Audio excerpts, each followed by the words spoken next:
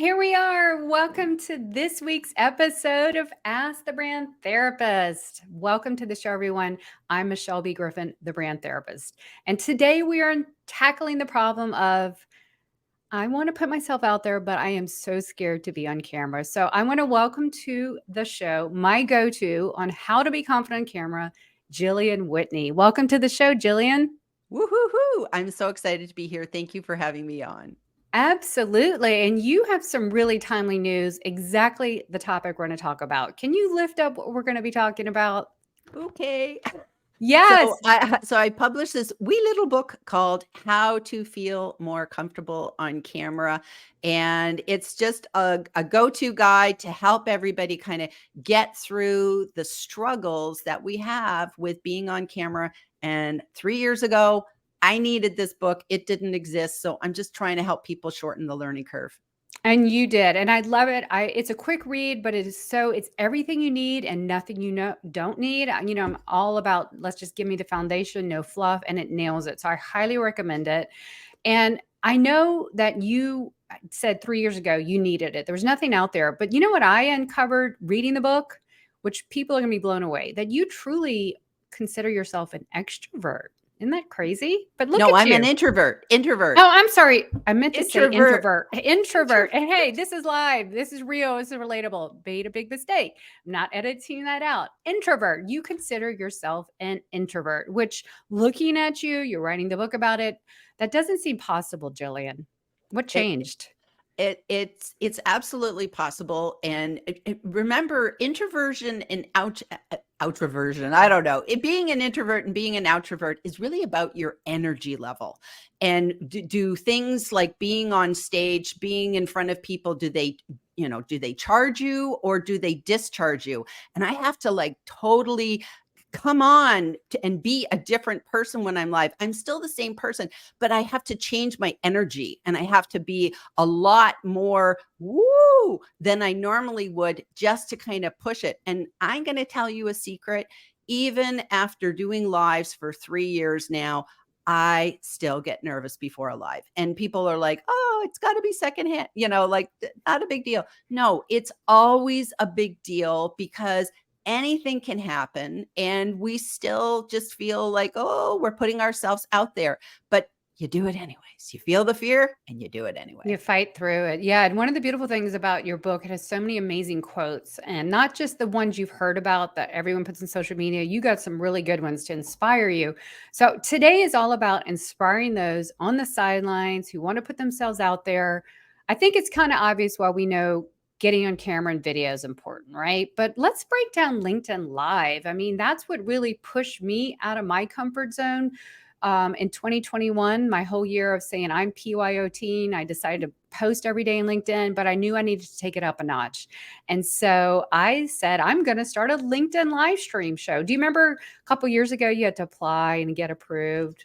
Yeah, that was like the barrier was kind of hard. But now anyone with 150 connections or something and you turn on creator mode has this. It's all the level playing field.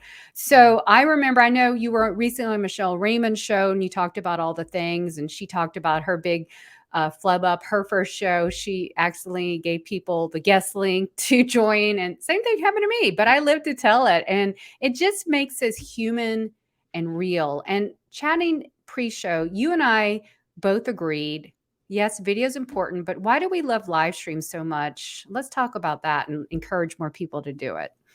First of all, it's so forgiving. It's so forgiving. It's connecting and people get to see who you really are. So if we kind of put it in a brand perspective of what you do, Michelle, you think about it and it's like every time you go live, I can't outsource me. I can't have somebody else. Why don't you just step in and be me for today and make me look really good? It's like I have to show up and be the expert that I am and be able to talk about it intelligently and forgive myself that occasionally I'm going to goof up and I'm going to say, you know what? I don't really remember that stat or, that know who you are.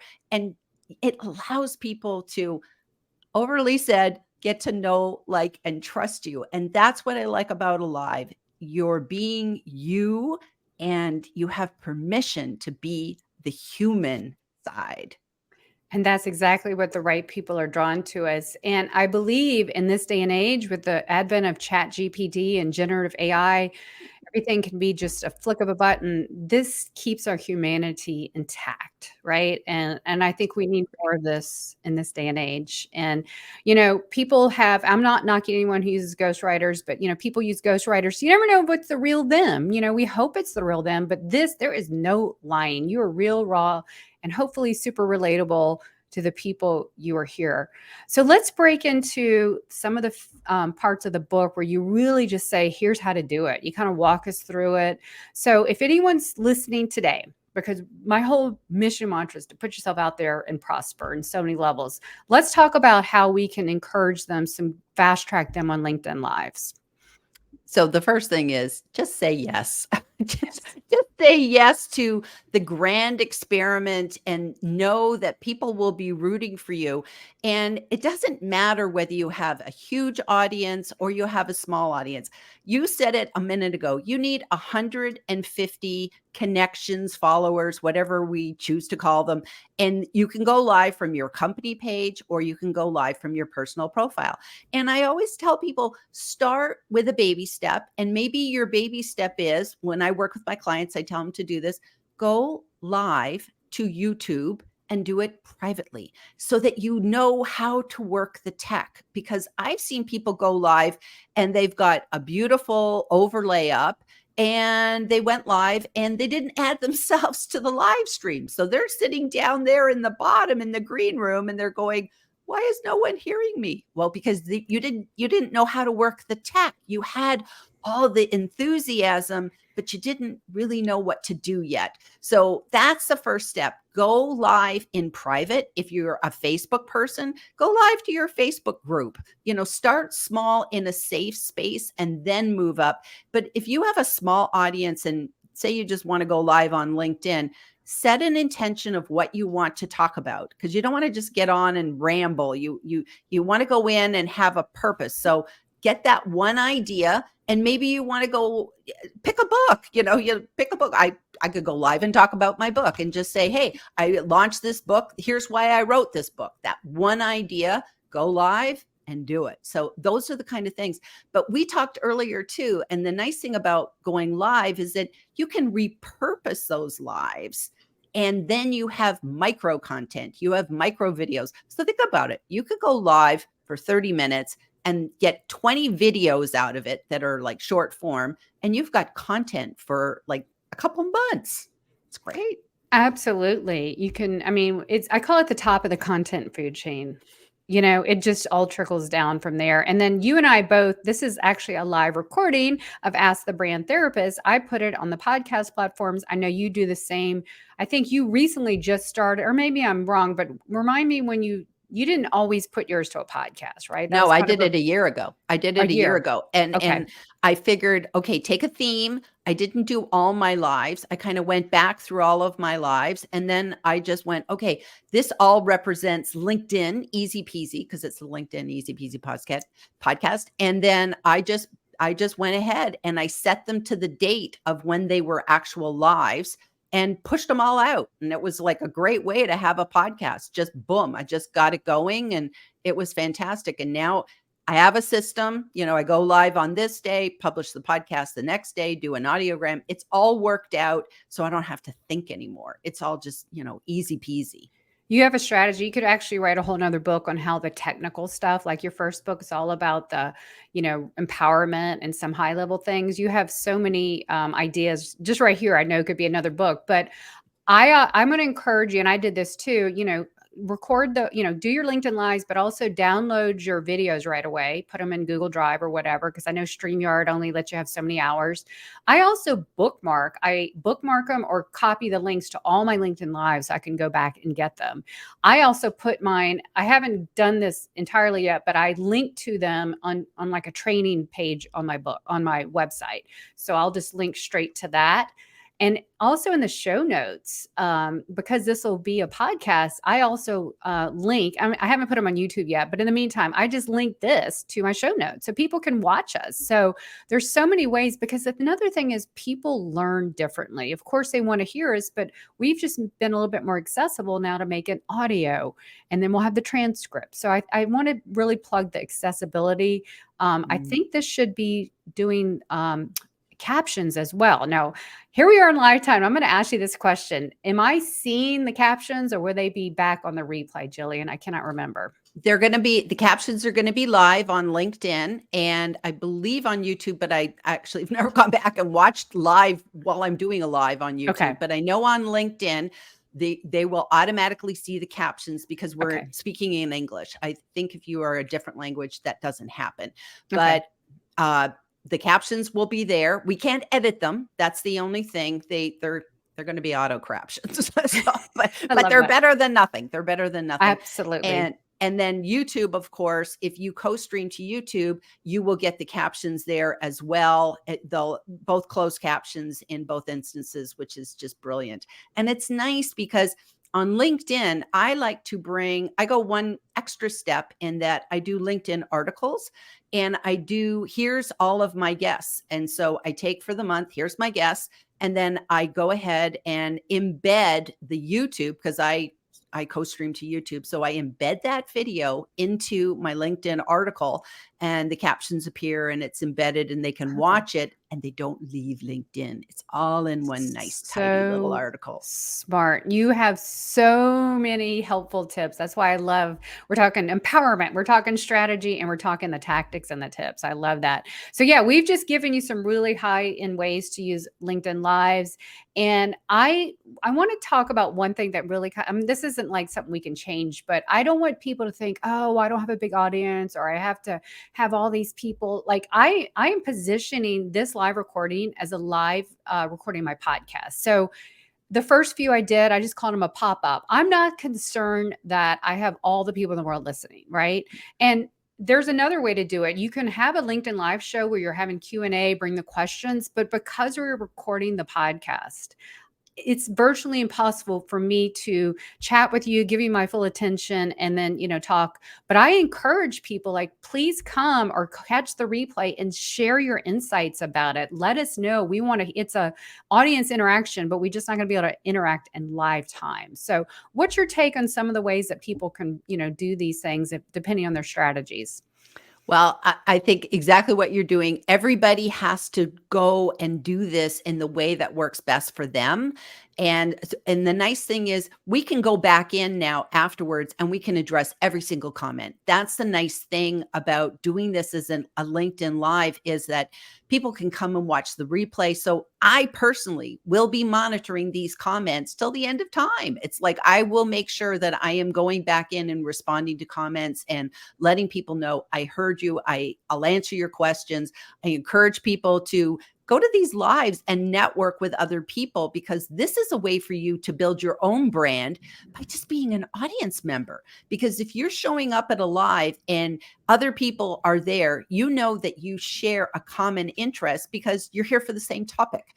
And so you can get to know each other. You can connect with other people through live. So it's a wonderful experience for the attendees, and of course for the guest and for the host as well. So many great things. So many great things. I've always said LinkedIn Lives and LinkedIn Audios, for that matter, one of the best ways to, go in the circles of fishing holes you want to see, be seen, and, see the people you're here to see, because you're sharing a common thing. And that's a good point to bring. If you said this earlier, if you want a LinkedIn live stream, it's really probably to your best advantage to have some kind of theme, premise, topic.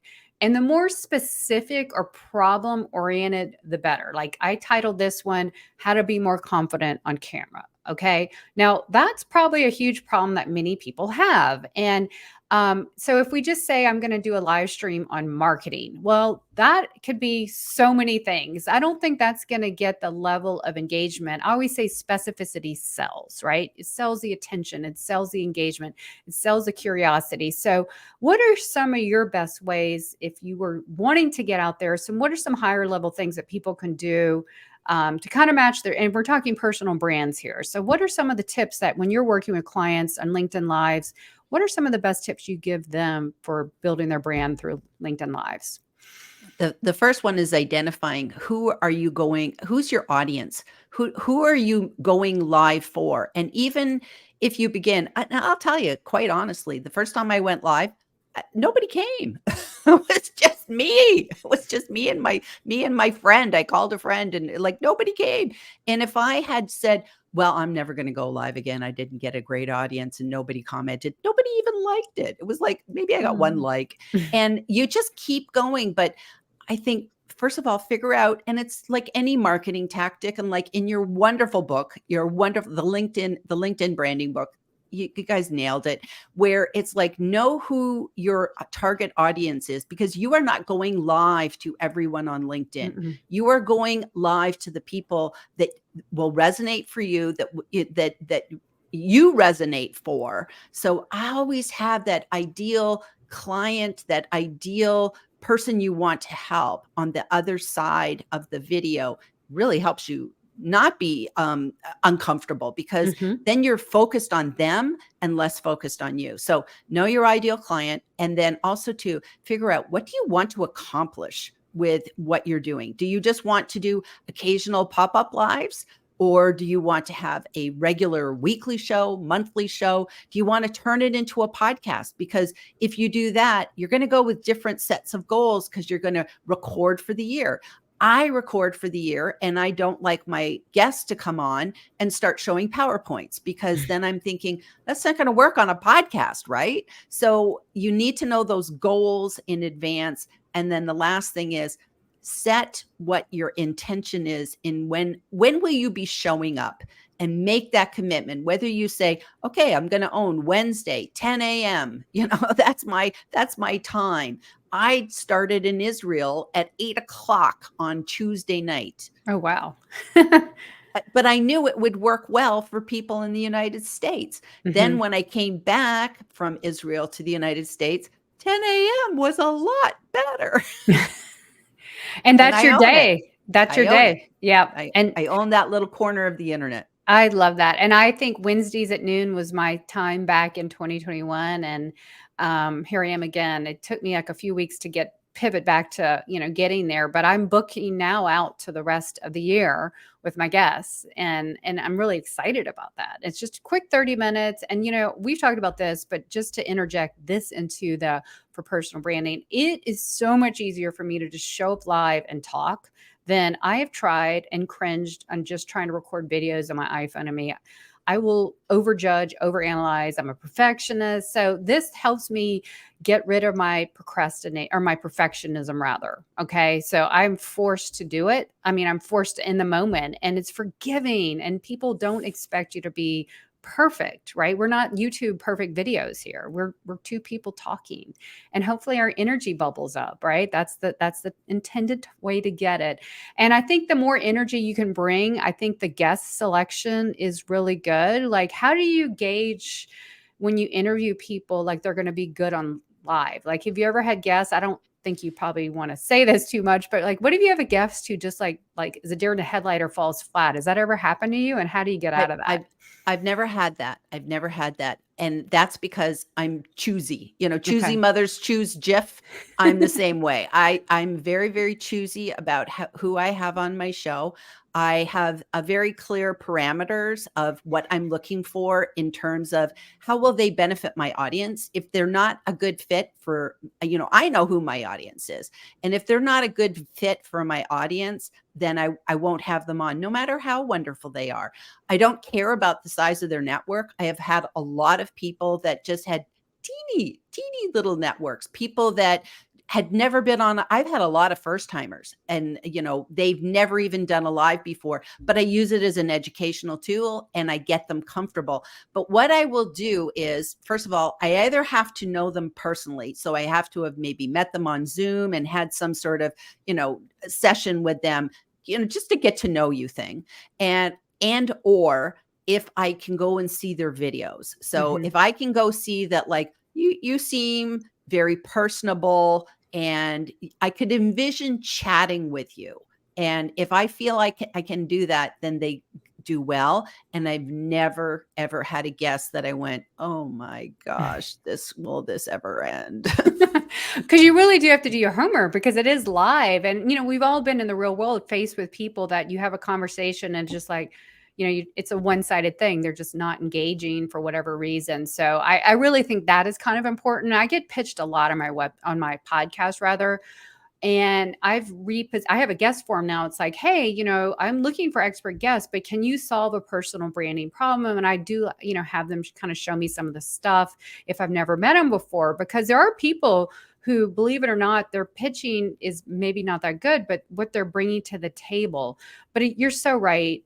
I don't care that you did this, and this. Most pitches are horrible because the person talks about how great they are and this and this, and it's not relatable, and it's not relatable to my audience and the problem I'm trying to solve. So that's something too, though. So it's another part of the LinkedIn Live experience. People are going to try to hit you up to get on your show, but you have to have real good parameters on what you want to let on the show, because that's your brand overall, and Exactly. every impression matters. So, okay, so we're on LinkedIn Live. We're doing our thing. What are some of the, drawing from the book, which is so good, what are some of the other ways that we're going to help, our ideal listener, the person who wants to live stream? What's the next step, and what are the ways to get out there? Let's say, let's challenge them in the next month. Let's take that first step to get out there. What would you say? I'd say just set an intention, set a goal that you want to just do this as an experiment. And what I would suggest is if you feel called to do a live, start becoming a student of other people's lives. Go to watch lives like this, take notes and say, this is what I like. This is what look at the formula, reverse engineer it. How does Michelle introduce her guests? What does she do? How much are they, talking together? Go and make notes and start to look at the shows that you like and act as if, I like interviews. Some people, they just get on and they screen share and they do different things. Go see what you like and then just say, how could I do this with my expertise? And just know everybody has a message and is waiting for you, and push past your fears, because sitting on the sidelines, they're going to choose someone else. And that's probably what got me going on doing lives, is I saw other people doing it and I didn't like the way they were doing it. And I thought, they're not helpful. I will be more helpful. I will make it more fun. And that's been my goal, is just to make it fun, serve my audience, and create value. And it comes through so well. And I do like how you mentioned that in the book. And you're so right. I mean, that's why I do what I do, to help people who are on the sidelines, who have that mission, the burning desire to get out there, to better themselves, bet on themselves. We can't know you unless you get out there, and you've got to choose your way. You may be listening to this and saying, this is great, Michelle and Gillian, but this is never for me. And that's okay too, because we're just giving you options and telling you if this is the way you want to put yourself out there. But, at the end of the day, you should try it. I always say you should try something 3 times, maybe. Maybe LinkedIn Live 3 times would be a stretch, but at least once in this context, because you don't know. It's like saying, I don't like a food. And sometimes we try and like, oh, I just thought I didn't like it, but I really like it. It's not so bad. So you got to try, because you don't know. And in your case, we are so glad you took that step 3 years ago. So that was in 2020 you started this, Gillian? Yes. Seems like you've been out of this like way more than 3 years. You're so pro. I mean, you were probably a pro when you started, but you've just refined it to the thing. And I know you're going to be speaking overseas about it at John's Uplift Live come March 2023. So it has gotten you on bigger stages as well. See? Thank you. Yeah, it does. And I think that's the thing. There's nothing that will make you more visible on social faster faster than doing video. And to be honest with you, LinkedIn Lives are a lot easier than LinkedIn videos. Just saying. So if you want the easy peasy route, just go live. It's amazing. Just go live. You need to make a shirt. Just go live. You need some merch. Yes, exactly. I'll give you credit. Yes, I want one. I definitely want one. Well, I couldn't be happier for your book. Do you want to hold it up again so people can see the cover? Yeah, There on we go. Amazon, It's and I me. think it's international Amazon, right? It's not just Yeah. US, so all the And bases. and again, it's just another thing, having little books and stuff like that. It's just another a way for people to get to know, like, and trust you. But this is a baby book because we need to not overthink this. And Yes. that's why it is a short read, because you should just read it and then get on with it, because we all have a message to share. Doing video gets you in front of the people that you can help. And if you don't do it, your competitors are. So get busy.